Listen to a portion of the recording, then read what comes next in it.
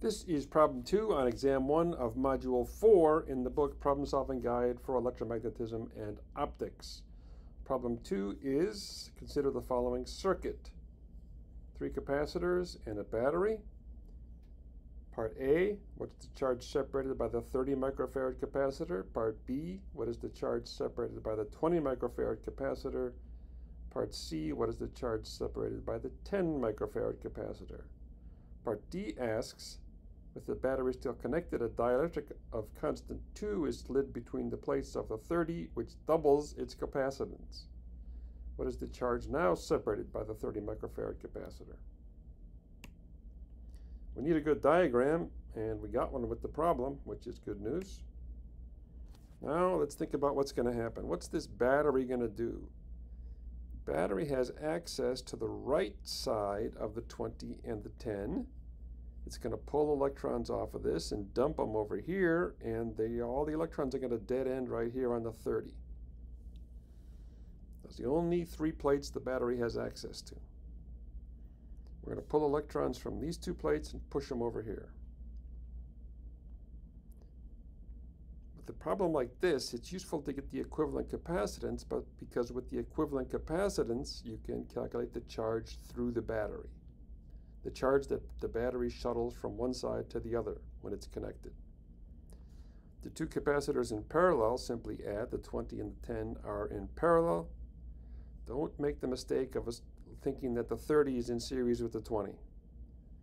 The 30 and the 20 are neither series nor parallel, but we know these 2 are in parallel. 20 plus a 10 in parallel makes a 30. Now we have a 30 in series with another 30. There's a 30, there's another 30. We have to get the combination of 2 30s in series, and we know they make 15. We can do the math.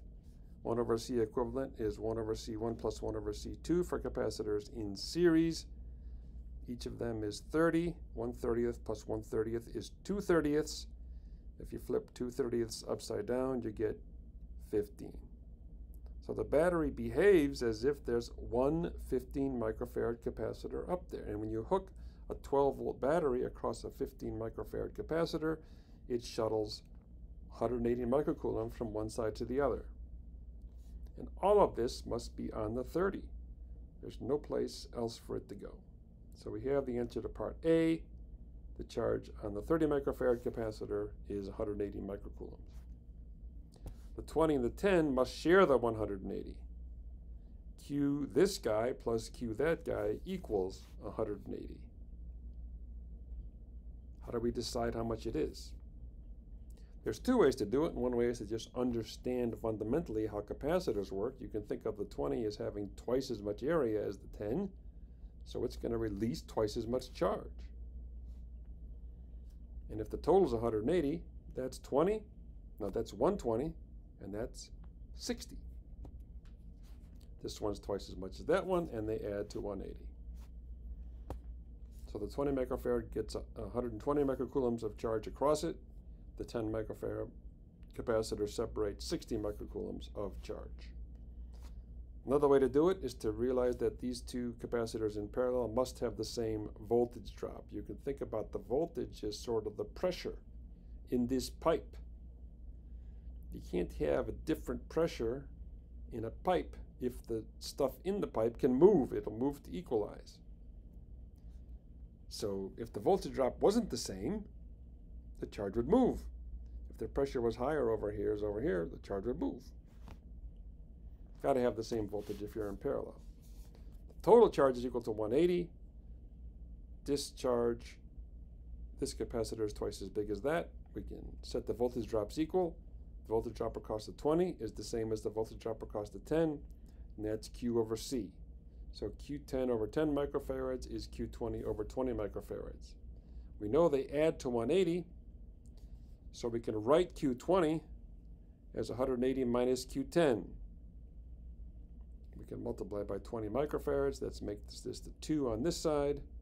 So we have 2 Q10 is 180 microcoulombs minus Q10. This is just algebra. Put the Q10 on the other side. You get 3 Q10 is 180 divided by 3. Q10 is 60. If Q10 is 60 and they add to 180, Q20 has to be 120 microcoulombs. So now we have all the charges on the capacitors. Part A, the charge separated by the 30 microfarad capacitor is 180 microcoulombs. The charge separated by the 20 microfarad capacitor is 120 microcoulombs. The charge separated by the 10 microfarad capacitor is 60 microcoulombs. So before we go on to part B, let's confirm this makes sense. Look at a big diagram. Here's what happened.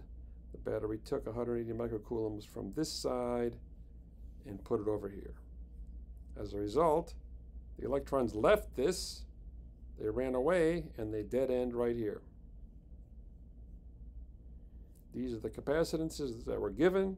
We can put the charges in that we calculated. That's 180, that's 120, and that's 60. So we have conservation of charge. There's no net charge on this circuit.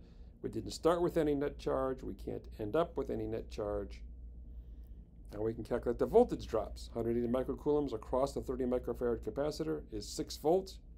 120 microcoulombs of charge across the 20 microfarad capacitor, 6 volts.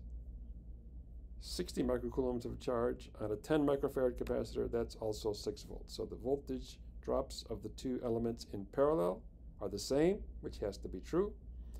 The voltage drop around the entire circuit, no matter which way you go, is the voltage drop of the battery. That's true, 12 volts. I can go through the top branch and get 12 volts, or I can go through the bottom branch and get 12 volts. I have to go through this guy. So charge is conserved, everything's kosher, all the rules are followed, we have the right answer. Now we can move on. We're going to put a dielectric in here, and we want to know how it affects the charge on that plate.